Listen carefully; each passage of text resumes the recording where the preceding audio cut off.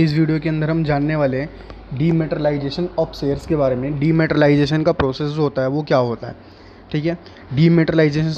डीमेटलाइजेशन का जो प्रोसेस होता है वो बेसिकली ये होता है कि जो भी फिजिकल फॉर्म में हमारे पास शेयर्स हैं, सिक्योरिटीज़ हैं, जो भी ऐसे जो शेयर सिक्योरिटीज़ जो हैं जो हमारे पास फिजिकल फॉर्म में हैं, उसको हमें डीमेट मोड में कन्वर्ट करवाने को डीमेटलाइजेशन बोलते हैं।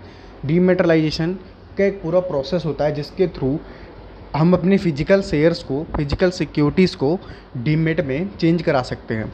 डीमेट में चेंज कराने के लिए हमारे पास सबसे पहले एक डीमेट अकाउंट होना ज़रूरी है।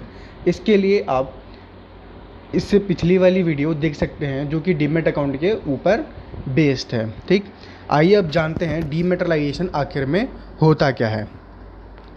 जैसा कि आप यहाँ पर देख सकते हैं, प्रोसीजर फॉर डीमेटलाइजेशन, मतलब कि डीमेटलाइजेशन वो चीज़ होता है, जैसा कि मैंने अभी बताया, फिजिकल सिक्योरिटी, फिजिकल शेयर्स को डीमेट मोड में चेंज कराने को ही डीमेटलाइजेशन बोलते हैं। डीमेट अकाउंट का जो चलन है ये अभी हाल ही में प्रचलन हुआ है। इससे पहले जो शेयर्स और सिक्योरिटीज़ होते थे वो फिजिकल फॉर्म में होते थे, जो कि अगर कोई इन्वेस्टर जो पुराने समय से इन्वेस्ट कर रहा है तो उसके पास फिजिकल फॉर्म में शेयर्स अवेलेबल मिल जाएंगे। अगर वो अपने शेयर्स को मार्केट में अगर सेल करने जाता है तो फिजिकल फॉर्म में शेयर को सेल करना बहुत ही मुश्किल हो जाता है। लेकिन अगर वही उसी शेयर्स को डीमेट मोड में चेंज करवा दे तो डीमेट शेयर्स को सेल करना या परचेज़ करना बहुत ही ईजी होता है। हम कुछ सेकंड में शेयर्स को खरीद सकते हैं और बेच सकते हैं। तो आइए जानते हैं अब डीमेटलाइजेशन होता क्या है। जैसा कि आप देख सकते हैं स्क्रीन पर, investor open account with DP. सबसे पहले क्या करना पड़ेगा, इन्वेस्टर को डीपी के पास एक अकाउंट ओपन करवाना पड़ेगा। जो अकाउंट ओपन करवाएगा वो डीमेट अकाउंट कहलाता है, ठीक है। अकाउंट ओपन करवाने के बाद क्या करेगा, वो एक रिक्वेस्ट करेगा अपने ब्रोकर को, डिपॉजिटरी पार्टिसिपेंट को, डीपीट को एक रिक्वेस्ट करेगा और वो फाइल करेगा डीमेटलाइजेशन रिक्वेस्ट फॉर्म, जिसको DRF फॉर्म बोलते हैं, for register shares along with certificate. क्या करेगा वो, एक DRF रिक्वेस्ट फॉर्म डीपी को देगा और उस DRF रिक्वेस्ट फॉर्म के साथ जो उसके पास फिजिकल जो शेयर्स थे उस शेयर्स का सर्टिफिकेट भी प्रोवाइड कराएगा।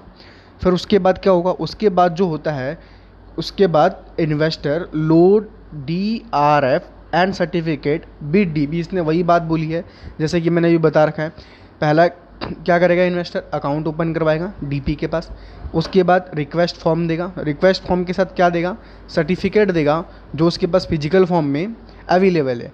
उसके बाद क्या होगा, जो डीपी होगा, डिपॉजिटरी पार्टिसिपेंट बोलते हैं डीपी को, जो डीपी जो होगा वो इंटीमेट करेगा डिपॉजिटरी को, वो डिपॉजिटरी को बताएगा कि उसके पास इस इन्वेस्टर से, इस पर्सन से फिजिकल फॉर्म के रूप में शेयर सिक्योरिटीज़ आए हैं। तो डीपी इंटीमेट कर देगा डिपॉजिटरी को। डिपॉजिटरी क्या करेगा, डिपॉजिटरी इंटीमेट करेगा रजिस्ट्रार और इशूअर को। डिपॉजिटरी किसको करेगा, इन्फॉर्म रजिस्ट्रार और इशूअर को। रजिस्ट्रार और इशूअर का मतलब क्या होता है, ये पूरा प्रोसेस होता है।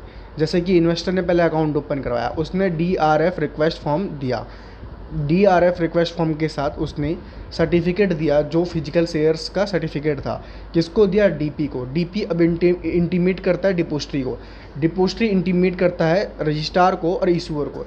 डिपॉजिटरी से मतलब ये है कि डिपॉजिटरी जो होता है, डिपॉजिटरी के थ्रू ही डीमेट अकाउंट खोले जाते हैं। डिपॉजिटरी का पार्टिसिपेशन जो होता है वो डीपी होता है, ठीक। अब जो डिपॉजिटरी जो है इंडिया में वो दो हैं, एक है NSDL, एक है CDSL, ठीक है। अब जो डिपॉजिटरी के पास जब DRF रिक्वेस्ट फॉर्म और शेयर सर्टिफिकेट आ जाता है तब वो रजिस्ट्रार को और इशूअर को वो इंटीमेट कर देता है, बताता है कि उसके पास फिजिकल फॉर्म में ये शेयर्स के सर्टिफिकेट आए हैं।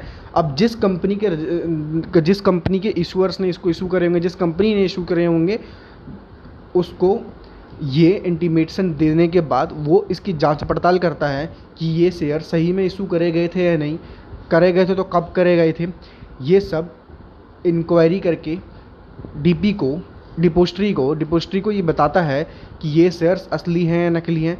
अगर ये शेयर्स नकली पाए जाते हैं तो उसके खिलाफ कार्रवाई की जाती है। अगर ये शेयर्स असली होते हैं तो जो रजिस्ट्रार या जो इशूअर्स होता है वो क्या करता है, दोबारा डीपी को इन्फॉर्म कर देता है। देखते हैं आगे, DP send certificate and DRF registrar, ये वही बात बोल रहा है। डिपोजिटरी ने इंटीमेट करा रजिस्ट्रार को, डीपी ने जो शेयर सर्टिफिकेट दिया था, जो डीआरएफ फॉर्म दिया था, वो किसको भेज दिया, डिपोजिटरी ने रजिस्ट्रार को भेज दिया, जिसने शेयर्स को इशू करे थे, जिस कंपनी ने इशू करते। अब registrar issuer confirm demat to depository, अब ये वही बात बोल रहा है, जो रजिस्ट्रार होगा या जो इशूअर्स होगा वो क्या करेगा, पहले उस फिजिकल शेयर्स को चेक करेगा। चेक करने के बाद जो उसके अंदर जो बेसिक इन्फॉर्मेशन होगी वो चेक करने के बाद ये कंफर्म करेगा कि ये सही है या नहीं। उसके बाद क्या करता है, वो डिपोजिटरी को इन्फॉर्म कर देता है उस फिजिकल शेयर्स के बारे में। फिजिकल शेयर्स जो डिपोजिटरी ने रजिस्ट्रार को दिए थे वो सही हैं, इसलिए वो डिपोजिटरी को इन्फॉर्म कर देता है दोबारा कि ये जो तुम्हारे शेयर्स आए थे वो सही है। अब डिपोजिटरी क्या करता है, डिपोजिटरी उस शेयर्स के बदले उसके डीमेट अकाउंट में क्रेडिट कर देता है। ठीक, जो इन्वेस्टर होता है, इन्वेस्टर के डीमेट अकाउंट में डिपोजिटरी क्या करता है, क्रेडिट कर देता है उतने शेयर्स। ठीक है, अब मान लो बेसिकली किसी के पास रिलायंस के शेयर्स हैं फिजिकल, 10 शेयर्स हैं किसी के पास फिजिकल, उसने बहुत पहले ख़रीदा था।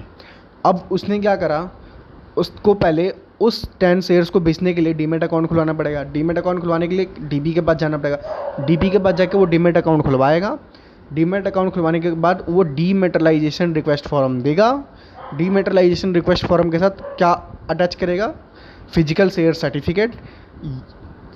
सर्टिफिकेट और डीआरएफ फॉर्म डीपी को देने के बाद डीपी जो होगा वो इंटीमेट करेगा डिपोजिटरी को, डिपोजिटरी इंटीमेट करेगा रजिस्ट्रार और इशूअर को जहाँ से शेयर्स इशू हुए थे, उसके साथ सेंड करेगा वो सर्टिफिकेट और डीआरएफ फॉर्म जो इन्वेस्टर ने दिए हैं।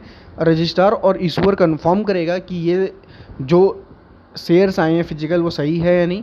पूरी बेसिक इन्फॉर्मेशन चेक करने के बाद डिपोजिटरी को दोबारा इन्फॉर्म कर देगा। डिपोजिटरी फिर क्या करेगा, इन्वेस्टर का अकाउंट ओपन करके उसके अकाउंट में उतने शेयर्स क्रेडिट कर देगा जितने उसने फिजिकल फॉर्म में दिए थे। ऐसी ही वीडियो और देखने के लिए चैनल को सब्सक्राइब करें, वीडियो को लाइक करें, शेयर करें। Thank you.